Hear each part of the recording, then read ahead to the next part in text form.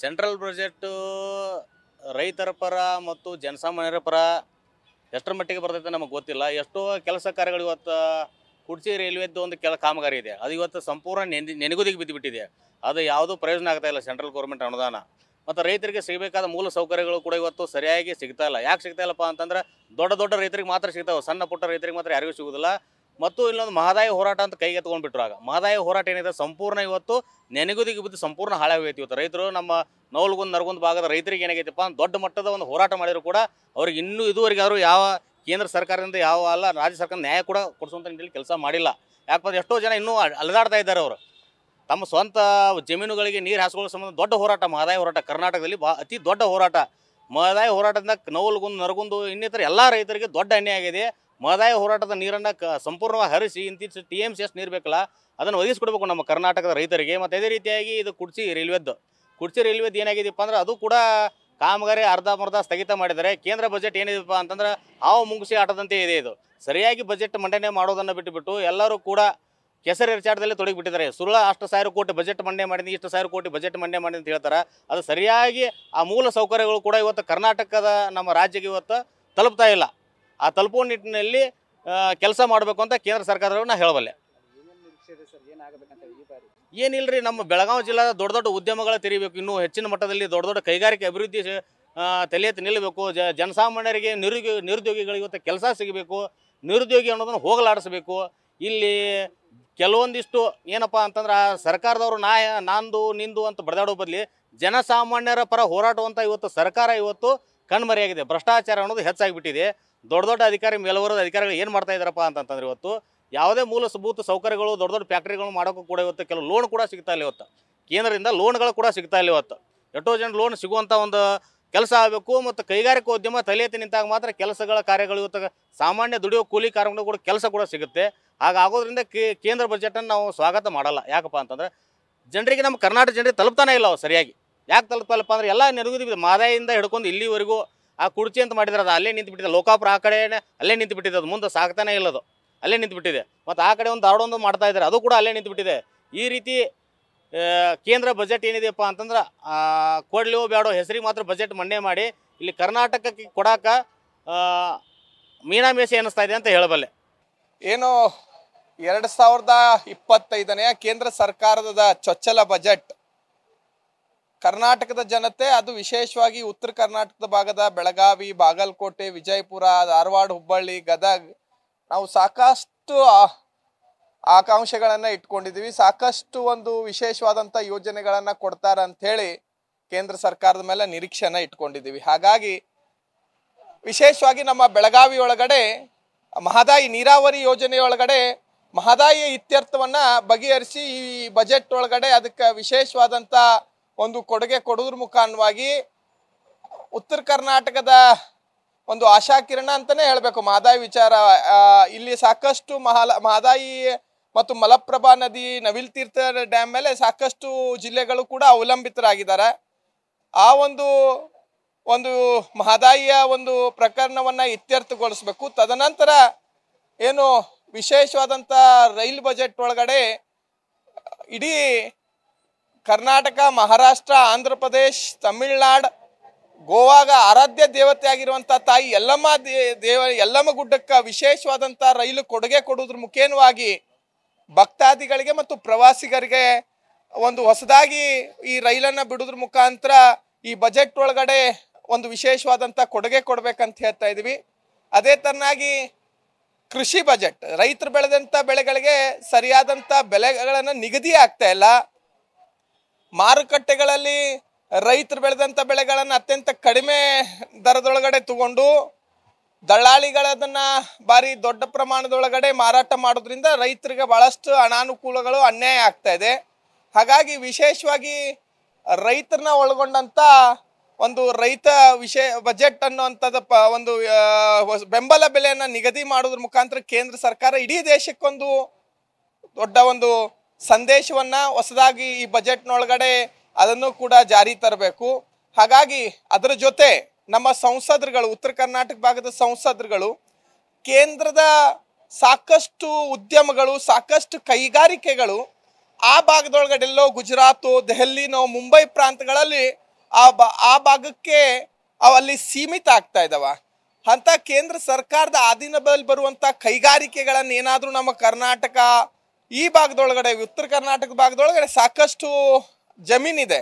ಆ ಜಮೀನುಗಳ ಕೇಂದ್ರ ಸರ್ಕಾರ ಒಂದು ಏನಾದ್ರೂ ಬೃಹತ್ ಕೈಗಾರಿಕೆಗಳನ್ನ ನಿರ್ಮಾಣವನ್ನ ಮಾಡಿದ್ರೆ ಇಲ್ಲೂ ಕೂಡ ಸಾಕಷ್ಟು ನಿರುದ್ಯೋಗಿ ಯುವಕರುಗಳಿಗೆ ಒಂದು ಉದ್ಯೋಗ ಅವಕಾಶ ಕೊಟ್ಟಂಗ ಆಗ್ತದ. ಹಾಗಾಗಿ ಒಟ್ಟಾರೆಯಾಗಿ ಕೇಂದ್ರ ಸರ್ಕಾರದ ಬಜೆಟ್ ಜನಪ್ರಿಯ ಬಜೆಟ್ ಆಗಿರ್ಬೇಕು, ಜನಸ್ನೇಹಿ ಬಜೆಟ್ ಆಗಿರ್ಬೇಕು. ರೈಲ್ವೆ ವಿಚಾರದಿಂದ ಹಿಡ್ಕೊಂಡು, ಕೃಷಿ ವಿಚಾರದಿಂದ ಹಿಡ್ಕೊಂಡು, ನೀರಾವರಿ ವಿಚಾರ ಹಿಡ್ಕೊಂಡು, ಅದ್ರ ಜೊತೆ ಕೈಗಾರಿಕಾ ಉದ್ಯಮಗಳಲ್ಲಿ ಏನು ಬಹಳಷ್ಟು ಯುವಕರು ಇವತ್ತು ನಿರುದ್ಯೋಗಿಗಳಾಗ್ತಾ ಇದ್ದಾರೆ, ಉದ್ಯೋಗದಿಂದ ವಂಚಿತರಾಗ್ತಾ ಇದ್ದಾರೆ. ಉದ್ಯೋಗಗಳನ್ನ ಆಲಿಸಿ ಬೇರೆ ರಾಜ್ಯಕ್ಕೋ ಬೇರೆ ದೇಶಕ್ಕೆ ಹೋಗುವಂತ ಪರಿಸ್ಥಿತಿ ಆಗಿದೆ. ಅದನ್ನೆಲ್ಲ ಕೂಡ ಈ ಸಂದರ್ಭದಲ್ಲಿ ಈ ಬಜೆಟ್ ಒಳಗಡೆ ಇಲ್ಲೇ ಆಗ್ಲಿ ಅನ್ನುವಂಥದ್ದು ಇಲ್ಲಿಯ ಸಂಸದರುಗಳು, ಇಲ್ಲಿಯ ಜನಪ್ರತಿನಿಧಿಗಳು ಅದನ್ನ ಕೇಂದ್ರ ಸರ್ಕಾರ ಮೇಲೆ ಒತ್ತಾಯನ ಮಾಡಿ ನಮ್ಮ ಈ ಬಜೆಟ್ ಒಳಗಡೆ, ಚೊಚ್ಚಲ ಬಜೆಟ್ ಒಳಗಡೆ ಅನುಕೂಲ ಮಾಡಿಕೊಡ್ಬೇಕು. ವಿಶೇಷವಾಗಿ ಬೆಳಗಾವಿ, ಉತ್ತರ ಕರ್ನಾಟಕ ಜಿಲ್ಲೆಗಳಿಗೆ ಅನುಕೂಲ ಆಗಬೇಕು ಅಂತ ನಮ್ಮೆಲ್ಲರ ಬೇಡಿಕೆ ಆಗಿದೆ. ಇದು ರೈಲ್ವೆ ಬಜೆಟ್ ಆಗಲಿ, ಇದು ಸೆಂಟ್ರಲ್ ಗೌರ್ಮೆಂಟ್ ಐತ್ರಲ್ಲ, ಇದು ಬೆಳಗಾವಿ, ಇದು ನಮ್ದು ಉತ್ತರ ಭಾಗಕ್ಕೆ ಕೊಡ್ಬೇಕಂತ ಹೇಳಿ ನಮ್ದು ಬೇಡಿಕೆ ಐತ್ರಿ.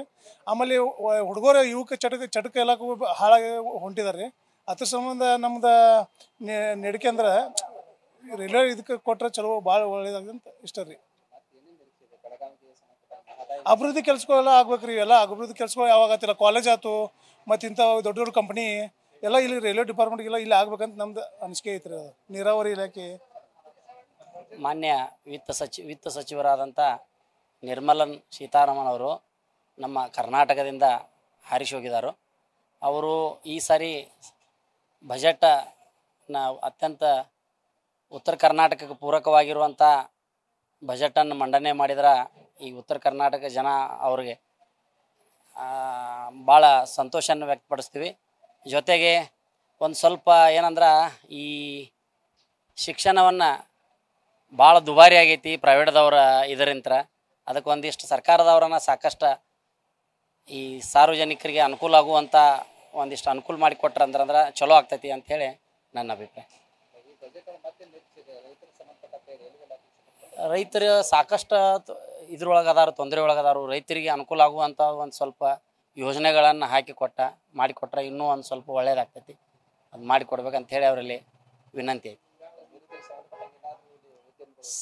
ಉದ್ಯೋಗಗಳನ್ನ ಇನ್ನಷ್ಟು ಸಾಕಷ್ಟುಗಳ ಉದ್ಯೋಗಗಳನ್ನು ಸೃಷ್ಟಿ ಮಾಡಿಸ್ಕೊಟ್ರೆ ಅನುಕೂಲ ಆಕೈತಿ. ಸಾಕಷ್ಟು ಯುವಕರು ನಿರುದ್ಯೋಗ ಯಂತ್ರ ಬಳಲಾಕತ್ತಾರು, ಅವ್ರಿಗೆ ಒಂದು ಸ್ವಲ್ಪ ಅನುಕೂಲ ಆಗುವಂಗೆ ಮಾಡಿಕೊಡ್ಲಿ ಅಂತೇಳಿ ವಿನಂತಿ. ತರಬೇಕು. ಉತ್ತರ ಕರ್ನಾಟಕಕ್ಕೆ ಭಾಳ ಅವಶ್ಯಕತೆ ಐತ್ರಿ. ಉತ್ತರ ಕರ್ನಾಟಕ ಯಾಕಂತಂದ್ರೆ ಎಲ್ಲ ಯೋಜನೆಗಳು ಬಂದು ಅಂತಂದ್ರೆ ಅವ್ರವ್ರು ಯಾರಿಗೆ ಅನುಕೂಲ ಆಗ್ತೈತಿ ಅವ್ರು ತಮ್ಮ ಭಾಗದಾಗನ ಅದನ್ನು ಮಾಡ್ಕೊಂಡು ಬಿಡ್ತಾರೆ. ಉತ್ತರ ಕರ್ನಾಟಕ ಒಳಗೆ ಈಗ ನಮ್ಮಲ್ಲಿ ಇಂಥ ಆರಿಸೋದಂಥ ಯಾವ MP ಗಳಾಗಲಿ ಈ ಅದಕ್ಕೆ ನಮ್ಮ ಹುಬ್ಬಳ್ಳಿಯವರನ್ನ ಕೇಂದ್ರ ಸಚಿವರು ಅದಾರ ಸಾಕಷ್ಟು ಜನ. ಅವ್ರು ಯಾರೂ ಈ ಉತ್ತರ ಕರ್ನಾಟಕದ ಬದಲು ಕಾಳಜಿ ಇಲ್ಲ ಅಂಥೇಳಿ ನನ್ನ ವೈಯಕ್ತಿಕ ಅಭಿಪ್ರಾಯ. ಅವ್ರು ಹೆಚ್ಚಿನ ಒಂದಿಟ್ಟು ವಹಿಸಿ ಈ ಉತ್ತರ ಕರ್ನಾಟಕಕ್ಕೆ ಚಲೋ ಯೋಜನೆಗಳನ್ನು ತೊಗೊಂಬಂದ್ರೆ ಈ ನಿರುದ್ಯೋಗ ಸಮಸ್ಯೆ ಕೂಡ ಪರಿಹರಿಸ್ಬೋದು ಅಂಥೇಳಿ ನನ್ನ ಅಭಿಪ್ರಾಯ. ಶಂಭುಲಿಂಗ್ ಬಡಿಗೇರ್ ಅಂತ. ಈಗ 1 ಫೆಬ್ರವರಿಯಿಂದ ಸೆಂಟ್ರಲ್ ಬಜೆಟ್ ಮಾಡ್ತಾ ಇದ್ದಾರೆ ನಿರ್ಮಲಾ ಸೀತಾರಾಮನ್ ಅವರು ಯಾರು ಕಾರ್ಮಿಕರು ಇದ್ದಾರಲ್ಲ ಅವ್ರ ಪರವಾಗಿ ಬಜೆಟ್ ಮಾಡಬೇಕು. ಅದೇ ಥರ ರೋಜ್ಗಾರ್, ಈಗ ಯುವತಿಯರು ಎಷ್ಟೋ ಮಂದಿ ಕಲ್ತವ್ರು ಮನೆಯಲ್ಲೇ ಕೂತಿದ್ದಾರೆ, ಅವ್ರಿಗೆ ರೋಜ್ಗಾರ್ ಇಲ್ಲಾಗಿದೆ. ಅವ್ರು ರೋಜ್ಗಾರ್ ಹುಟ್ಟಿಸ್ಕೊಡ್ಬೇಕು. ಅದೇ ಅವರು ಬರುವಾಗ ಇದು ಹೇಳಿದರು, ಬೇಟಿ ಬಚಾವ್ ಬೇಟಿ ಪಡಾವ್ ಅಂತ ಹೇಳಿ ಮತ್ತೊಂದು ಹಲವಾರು ನಾವು ಈ ಕಾರ್ಮಿಕರಿಗೆ ಕೆಲಸವನ್ನು ಕೊಡ್ತೇವೆ ಅಂತೇಳಿ ಆಶ್ವಾಸನೆ ಕೊಟ್ಟಿದ್ರು. ರೈತರಿಗೆ ಮತ್ತು ಕಾರ್ಮಿಕರಿಗೆ, ಕೂಲಿ ಕಾರ್ಮಿಕರಿಗೆ ಮತ್ತು ಈಗಾಗಲೇ ಆಶಾ ಕಾರ್ಯಕರ್ತರು, ಅಂಗನವಾಡಿ ಕಾರ್ಯಕರ್ತರು, ಬಿಸಿ ಊಟದವರು ಈಗ ಅವ್ರು ಬರೀ 3,500 ರೂಪಾಯಿದಿಂದ 400 ರೂಪಾಯಿ ಮಟ್ಟ ಅವ್ರು ದುಡಿತಾ ಇದ್ದಾರೆ. ಬಿಸಿ ಅಡುಗೆ ಮಾಡೋರು ಅವ್ರಿಗೆ ಕಾಯಮತ್ತಿ ಮಾಡಬೇಕು. ಅದೇ ಥರ 20,000 ರೂಪಾಯಿ ಪಗಾರನ್ನು ಅವ್ರಿಗೆ ಕೊಡಬೇಕು. ನಾವು ಅವ್ರ ಕಡೆ ನಿರೀಕ್ಷೆಯನ್ನು ಮಾಡ್ತಾ ಇದ್ದೇವೆ. ಅದೇ ಮಹಿಳೆಯರ ಮೇಲೆ ಇಷ್ಟು ಅತ್ಯಾಚಾರ ಆಗ್ತಾ ಇದೆ, ಕೊಲೆಗಳು ನಡೀತಾ ಇದ್ದಾವೆ. ಇವ್ರು ಏನು ಮಾಡ್ತಾ ಇದ್ದಾರೆ? ಅದೇ ಥರ ನಾವು ಹೇಳೋದು ಏನಪ್ಪ ಅಂತಂದ್ರೆ ಶಿಸ್ತು ಕಾನೂನು ತರಬೇಕು. ಮತ್ತು ಯಾರು ಕೊಲೆಗಾರದು ಮಾಡ್ತಾರಲ್ಲ ಅವ್ರ ತಕ್ಷಣ ಶಿಕ್ಷೆಯನ್ನು ಕೊಡಬೇಕು. ಮಹಿಳೆಯರಿಗೆ ಒಟ್ಟು ಮಹಿಳೆಯರು ಇದರಲ್ಲಿ ಇಲ್ಲ. ಯಾಕಂದರೆ ಮಹಿಳೆಯರು ದಿವಸ ಏನಾರ ಅನಾಹುತ ಬರ್ತಾನೆ ಇದೆ. ನೀವು ಮೀಡಿಯಾದಲ್ಲಿ ನಾವು ನೋಡ್ತಾ ಇದ್ದೀವಿ, ಪೇಪರ್ನಲ್ಲಿ ನಾವು ಓದ್ತಾ ಇದ್ದೀವಿ. ದಿವಸ ಒಂದಿಲ್ಲ ಒಂದು ಅನಾಹುತ ಆಗ್ತಾ ಇದೆ. ಇದು ಕಡಿವಾಣ ಆಗ್ಬೇಕಂತ ಹೇಳಿ ನಾವು ಸರ್ಕಾರ ಕಡೆ ಬೇಡ್ತಾ ಇದ್ದೀವಿ. ಅದೇ ಉತ್ತರ ಕರ್ನಾಟಕದಲ್ಲಿ ಭಾಳ ಬೇರೋಜ್ಗಾರ್ ಇದ್ದಾರೆ, ಅವ್ರಿಗೆ ರೋಜ್ಗಾರನ್ನು ಅವ್ರು ಹುಟ್ಟಿಸ್ಕೊಡ್ಬೇಕು. ಅದೇ ಥರ ನಾವು ಏನಂತ ಇದ್ದೇವೆ ಅಂದರೆ, ಅವರು ಇವ್ರು ಮಾರ್ಕ್ ಲಿಸ್ಟ್ ಮೇಲೆ ನೀವು ಆಯ್ಕೆ ಮಾಡಿರಿ, ಮತ್ತು ಯಾರು ಮಾರ್ಕನ್ನು ಚಲೋ ತೊಗೊಂಡಿರ್ತಾರೆ ಅಂಥವ್ರನ್ನು ಕೆಲಸವನ್ನು ಕೊಡಿ. ಅದೇ ಥರ ಮಹಿಳೆಯರನ್ನು ಕೆಲಸ ಕೊಡಿ. ಈಗ ಸ್ತ್ರೀ ಶಕ್ತಿ ಸಂಘದಿಂದ ಎಷ್ಟೋ ಮಹಿಳೆಯರು ಖಾಲಿ ಕೂತಿದ್ದಾರೆ, ಅವ್ರಿಗೆ ಕೆಲಸವನ್ನು ನೀವು ಕೊಡ್ಬೇಕಂತ ಹೇಳಿ ನಾವು ಸರ್ಕಾರ ಕಡೆ, ಕೇಂದ್ರ ಸರ್ಕಾರ ಕಡೆ ಹೇಳ್ತಾ ಇದ್ದೀವಿ. ನನ್ನ ಹೆಸರು ಮಂದಾನಯೋಗಿ, ಅಂಗನವಾಡಿ ತಾಲೂಕಾ ಅಧ್ಯಕ್ಷ. ನಮಸ್ಕಾರ. ಕೇಂದ್ರದ ಹಣಕಾಸು ಸಚಿವೆ ನಿರ್ಮಲಾ ಸೀತಾರಾಮನ್ ಮಂಡಿಸಿರುವಂಥ ಈ ಬಜೆಟ್ ಬಗ್ಗೆ ಮಧ್ಯಮ ವರ್ಗದವರ ನಿರೀಕ್ಷೆ ಮಾಡಿದೆ. ವಿಶೇಷವಾಗಿ ತೆರಿಗೆದ ಬಗ್ಗೆ, ರಾಜ್ಯಗಳಿಗೆ ತೆರಿಗೆ ಹಂಚಿಕೆ ಇರುವುದು, ಆಮೇಲೆ ಮಧ್ಯಮ ವರ್ಗದವರಿಗೆ ಟ್ಯಾಕ್ಸ್ ಬೆನಿಫಿಟ್ ಅಥವಾ ಆದಾಯ ತೆರಿಗೆ ಮಿತಿಯನ್ನು ಹೆಚ್ಚಿಸಿ ಮಾಡಿ ಮಧ್ಯಮ ವರ್ಗದವರಿಗೆ ನೆರವು ಮಾಡಿಸಿರ್ಬೋದು, ಇವೆಲ್ಲವೂ ನಿರೀಕ್ಷೆ ಮಾಡ್ತಾ ಇದ್ದಾರೆ. ಆಮೇಲೆ ಈ ಬಜೆಟ್ನಲ್ಲಿ ಮಂಡಿಸುವಂಥ ರೈಲ್ವೆ ಯೋಜನೆಗಳ ಬಗ್ಗೆ ಕರ್ನಾಟಕದ ನಿರೀಕ್ಷೆ ಭಾಳ ಅದಾವೆ. ವಿಶೇಷವಾಗಿ ಬೆಳಗಾವಿ, ಕಿತ್ತೂರು, ಧಾರವಾಡದಿರ್ಬೋದು. ಆಮೇಲೆ ಈ ಹೊಸದಾಗಿ ಬೆಳಗಾವಿ ಜಿಲ್ಲೆಯ ರಾಮದುರ್ಗ, ಸವದತ್ತಿ, ಲೋಕಾಪುರ ಕನೆಕ್ಟಿವಿಟಿ, ಅದರ ಬಗ್ಗೆ ನಿರೀಕ್ಷೆ ಐತಿ. ಇದಕ್ಕೆ ಏನಾಗಿದೆ ಅಂದರೆ, ಇಲ್ಲಿ ಕರ್ನಾಟಕದಲ್ಲಿ ಇರುವಂಥ ಸರ್ಕಾರ ಕಾಂಗ್ರೆಸ್ ಸರ್ಕಾರ, ಮೇಲಿರುವಂಥ ಸರ್ಕಾರ BJP ಸರ್ಕಾರ, ಇಲ್ಲಿ ಕರ್ನಾಟಕ ಸರ್ಕಾರ ಎಷ್ಟರ ಮಟ್ಟಿಗೆ ಕೇಂದ್ರದ ಮೇಲೆ ಒತ್ತಡ ತರ್ತದೆ ಅನ್ನೋದು ಭಾಳ ಮಹತ್ವದ್ದು. ಯಾಕಂದರೆ ಬೇರೆ ಬೇರೆ ಸರ್ಕಾರಗಳ ಅಧಿಕಾರ ಇದ್ದಾಗ ಕೆಲವು ಸಲ ಅನ್ಯಾಯ ಆಗಿದ್ದು ಉದಾಹರಣೆಗಳು ಭಾಳ ಅದಾವೆ. ಅದರಿಂದ ನಾನು BJP ನಾಯಕರಿಗೆ ಒತ್ತಾಯ ಮಾಡ್ತೇನೆ, ಕೇಂದ್ರ ಸರ್ಕಾರದ ಮೇಲೆ ಒತ್ತಡ ತಂದು ಕರ್ನಾಟಕದ ರೈಲ್ವೆ ಯೋಜನೆಗಳನ್ನು ಆದಷ್ಟು ಕ್ಲಿಯರ್ ಮಾಡಿಕೊಡ್ಬೇಕು. ಇಲ್ಲಕಂದ್ರೆ ಜನರಲ್ಲಿ ಭಾಳ ಆಶಾಭಾವನೆ, ನಿರಾಶೆ ಆಗ್ತೈತಿ. ವಿಶೇಷವಾಗಿ ಬೆಳಗಾವಿ ಜಿಲ್ಲೆಯದ್ದು. ಈಗ ಬಾಗಲಕೋಟೆ ಕುಡ್ಚಿ ಮಾರ್ಗ ಈಗಾಗಲೇ ಬಾಗಲಕೋಟೆ ಕುಡ್ಚಿಯಿಂದ ರೈಲ್ವೆ ಸಂಪರ್ಕ ಆಗೈತಿ. ಅಲ್ಲಿಂದ ಮತ್ತು ಲೋಕಾಪುರ ಆಮೇಲೆ ರಾಮದುರ್ಗ, ಸವದತ್ತಿ, ಧಾರವಾಡ ಮಾಡಿದ್ರೆ ಕೋಟ್ಯಾಂತರ ಪ್ರಯಾಣಿಕರಿಗೆ ಅನುಕೂಲ ಆಕೈತಿ. ಯಲ್ಲಮ್ಮಗುಡ್ಡ ಕರ್ನಾಟಕದಲ್ಲಿನ ಅತಿ ಹೆಚ್ಚು ಭಕ್ತರು ಸೇರುವಂಥ ಕ್ಷೇತ್ರ ಯಾವುದಿದೆ ಅದು ಯಲ್ಲಮ್ಮಗುಡ್ಡ. ಅದಕ್ಕೆ ಈ ಕ್ಷಣದಲ್ಲಿ ನಾನು ಏನು ಹೇಳ್ತೀನಿ ಅಂದ್ರೆ, ರಾಜ್ಯ ಸರ್ಕಾರ ಒತ್ತಾಯ ಮಾಡಬೇಕೇನೋ, ಆದರೆ BJP ನಾಯಕರ ಮೇಲೆ ಜವಾಬ್ದಾರಿ ಭಾಳ ಐತಿ.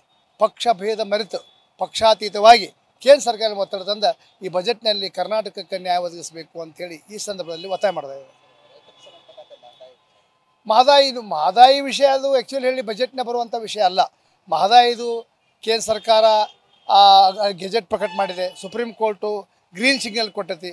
ಇರುವುದೇನಂದ್ರೆ ಈಗ ವನ್ಯಜೀವಿ ಮಂಡಳಿ, ಆಮೇಲೆ ಯಾವುದು ಅರಣ್ಯ, ಪರಿಸರ, ಇವು 3 ಕ್ಲಿಯರ್ ಕೊಟ್ಟರೆ ನಮಗೆ 2018 ಆಗಸ್ಟ್ 14 ಏನು ತೀರ್ಪು ಬಂದೈತಿ, ಆ ತೀರ್ಪನ್ನು ಅನುಷ್ಠಾನ ಮಾಡಲಿಕ್ಕೆ ಸಾಧ್ಯ ಐತಿ. ಆದರೆ ಇನ್ನೂವರೆಗೆ ದುರ್ದೈವ ಅಂದ್ರೆ ಬೇರೆ ಬೇರೆ ವಿಷಯಗಳ ಕ್ಲಿಯರೆನ್ಸ್ ಸಿಗುತ್ತೆ, ಮಹದಾಯಿ ಸಿಗ್ತಾ ಇಲ್ಲ. ಇದು ಮಹದಾಯಿ ವಿಷಯ ಬಜೆಟ್ನಲ್ಲಿ ಮಂಡಿಸುವಂಥ ವಿಷಯ ಇಲ್ಲ. ಅವರು 3 ಡಿಪಾರ್ಟ್ಮೆಂಟ್ನಿಂದ ಓಕೆ ಕೊಟ್ಟರೆ ಕರ್ನಾಟಕ ಸರ್ಕಾರ ಈಗಾಗಲೇ ಅದಕ್ಕೆ ಹಣಕಾಸನ್ನು ನಿಗದಿ ಮಾಡಿದ್ದಾರೆ. ಈ ವಿಷಯದಾಗೂ BJP ನಾಯಕರು ಕೇಂದ್ರದ ಮೇಲೆ ಒತ್ತಡ ತರಬೇಕು ಅಂತ ಒತ್ತಾಯ ಮಾಡ್ತಾ ಇದ್ದಾರೆ. ನಿರುದ್ಯೋಗಿ ಅಂದರೆ ಏನಾಗ್ತೈತಿ, ಈಗ ಕೈಗಾರಿಕೆಗಳು ಬರಬೇಕು. ಈಗ ಕರ್ನಾಟಕ ಮಟ್ಟಿಗೆ ಹೇಳೋದಂದ್ರೆ ಬಿಯಾಂಡ್ ಬೆಂಗಳೂರು ಅಂತ ಹೇಳ್ತಾರೆ. ಬಿಯಾಂಡ್ ಬೆಂಗಳೂರು ಅಂದರೆ ಹುಬ್ಬಳ್ಳಿ ಧಾರವಾಡ ತನಕ ಬಂದೈತಿ, ಬೆಳಗಾವಿ ಜಿಲ್ಲೆಗೆ ಬಂದಿಲ್ಲ. ಬೆಂಗಳೂರು ಆಚೆ ಅಂತಂದ್ರೆ, ಬೆಂಗಳೂರು ಆಚೆ ಅಂದರೆ ಬರೀ ಹುಬ್ಬಳ್ಳಿ ಧಾರವಾಡ ಅಷ್ಟೇ ಅವ್ರ ಕಣ್ಣಿಗೆ ಕಾಣ್ತೈತಿ. ಬೆಳಗಾವಿಗೆ ಬರಬೇಕು. ಕೈಗಾರಿಕೆಗಳು ಯಾವಾಗ ಬೆಳಿತಾವ ಅವಾಗ ನಿರುದ್ಯೋಗಿ ಯುವಕರಿಗೆ ನೆರವಾಗ್ತೈತಿ. ಆ ದಿಸೆಯತ್ತನೂ ಸಹಿತ ಕರ್ನಾಟಕ ಸರ್ಕಾರ ಮತ್ತು ಇಲ್ಲಿ BJP ನಾಯಕರು ಕೂಡ ಪ್ರಯತ್ನ ಮಾಡಬೇಕು ಅಂತೇಳಿ ನನ್ನ ಕಳಕಳಿ ಮನವಿ ಇದೆ. ಕೇಂದ್ರ ಬಜೆಟ್ ಸಂಬಂಧ ಪ್ರತಿ ಸಲ ನಾವು ದಾರಿ ನೋಡ್ತೀವಿ. ಯಾವುದೋ ಒಂದು ಬಡವರಿಗೆ, ರೈತರಿಗೆ, ಎಲ್ಲರಿಗೂ ನ್ಯಾಯ ಸಿಗೋ ಹಾಗೆ, ಎಲ್ಲರಿಗೂ ಒಳ್ಳೆ ಒಂದು ರೀತಿಯಿಂದ ಏನು ಪ್ರತಿ ಸಲ ನಿರೀಕ್ಷೆದಲ್ಲಿರ್ತಾರೆ ರೈತರು, ಬಡವರು. ಇವತ್ತು ಕೇಂದ್ರ ಸರ್ಕಾರ ನಮಗೆ ಒಳ್ಳೆ ಬಜೆಟನ್ನು ಕೊಡ್ತಿದೆ ಅಂತ ಹೇಳಿ, ಆದರೆ ಪ್ರತಿ ಸಲ ನಿರಾಶೆ ಮಾಡುತ್ತೆ. ಇವತ್ತು ನಾ ಹೇಳಲಿಕ್ಕೆ ಬಯಸ್ತಾ ಇದ್ದೀನಿ, ಮೋದಿಜಿಯವರೇ ಜನ ಗೆಲ್ಸಿದ್ದಾರೆ.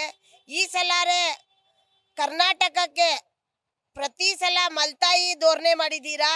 ಈ ಸಲ ಎಲ್ಲಿಯೂ ಕರ್ನಾಟಕಕ್ಕೆ ಒಳ್ಳೆ ಬಜೆಟ್ ಕೊಡ್ತೀರಾ, ರೈತರಿಗೆ ಒಳ್ಳೆ ಬಜೆಟ್ ಕೊಡ್ತೀರಾ, ಬಡವರಿಗೆ ಒಳ್ಳೆ ಬಜೆಟ್ ಕೊಡ್ತೀರಾ.